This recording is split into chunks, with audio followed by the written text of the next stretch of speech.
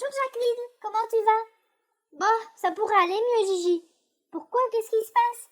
Ben c'est mon mari, il n'est jamais à la maison. Il rentre super tard tous les soirs.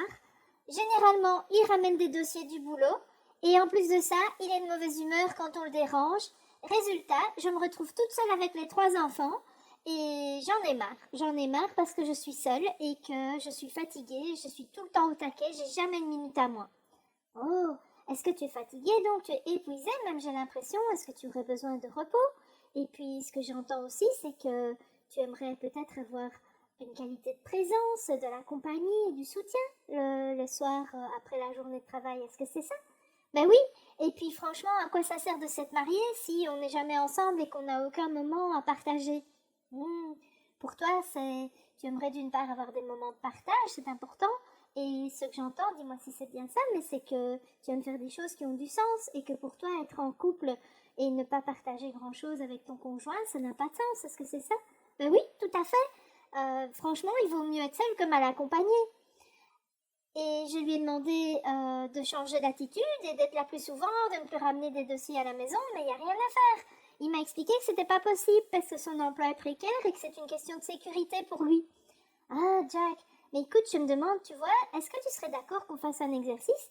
Est-ce que tu pourrais me dire, parmi tous les besoins qu'on a énumérés jusqu'à présent, en fait, comment tu pourrais nourrir ces besoins autrement qu'à travers ton conjoint? Ah, je te vois venir, Gigi. Tu vas vouloir que je cherche des solutions sans que ça ne dépende de lui, c'est bien ça? Mais oui, Jacqueline, effectivement, c'est bien ça. Alors dis-moi, dans tous les besoins qu'on a énumérés jusqu'à présent, je vais essayer de te les redire lentement. On a parlé de présence, de partage. Ah, il y avait la cohérence aussi qu'on n'a pas évoqué mais j'ai entendu entre les lignes. Un besoin de sens, de compagnie, de soutien, de repos et de légèreté. Alors dans tout ça, quels sont ceux qui sont les plus importants? Dis-moi un ou deux s'il te plaît. Ils sont tous importants, mais il y en a deux qui ressortent plus que les autres, c'est le repos et le partage. Je suis vraiment épuisée et j'en ai marre d'être toute seule. Ok, alors dis-moi, comment est-ce que tu pourrais nourrir ton besoin de repos sans que ça ne dépende de ton mari? Alors, il y a d'abord le côté des enfants. C'est vrai que ça me ferait du bien de pouvoir les confier de temps en temps à mes parents. Donc, par exemple, les confier un week-end à mes parents, ça nourrirait vraiment mon besoin de repos. Ensuite, par rapport au travail à faire à la maison, engager une aide ménagère qui s'occuperait du ménage et du repassage une fois par semaine, ça me ferait vraiment du bien aussi pour mon besoin de repos. Et puis, de temps en temps, si je pouvais faire une petite sieste ou une grasse matinée, ce serait aussi chouette, tiens, parce que je travaille à 4/5e temps et ma foi, le jour où je suis à la maison l'après-midi, comme les enfants sont à l'école ou à la crèche, je pourrais très bien faire une petite sieste. Ok, mais voilà que tu as déjà 3 solutions pour te reposer. Alors, on va faire la même chose avec le besoin de partage. Qu'est-ce que tu pourrais mettre en place? Qu'est-ce que tu pourrais faire qui serait au service de ton besoin de partage? Je pourrais appeler ma copine Martine. Je ne l'ai plus vue depuis longtemps et c'est une personne avec laquelle j'aime bien partager des bons moments. C'est toujours très chouette avec elle.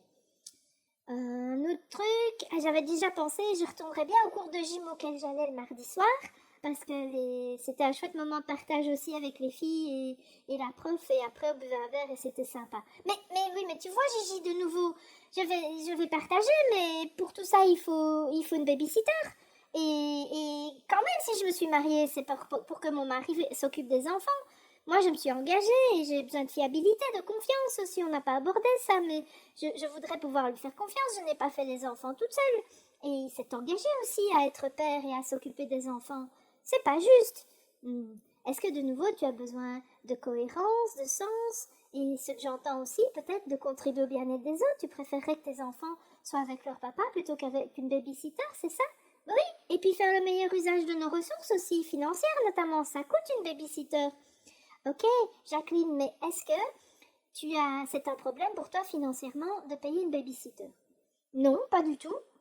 Ok, alors est-ce que tu serais d'accord? Je sais que c'est important pour toi et je comprends que ça a du sens de faire des choses en couple si tu es en couple, mais je te propose d'envisager des pistes de solutions, d'en parler à ton mari plus tard et d'abord de faire en sorte de pouvoir prendre soin de tes besoins sans que ça ne dépende de lui. Est-ce que tu pourrais essayer de faire ça pendant, disons, 2, 3 semaines, peut-être un mois?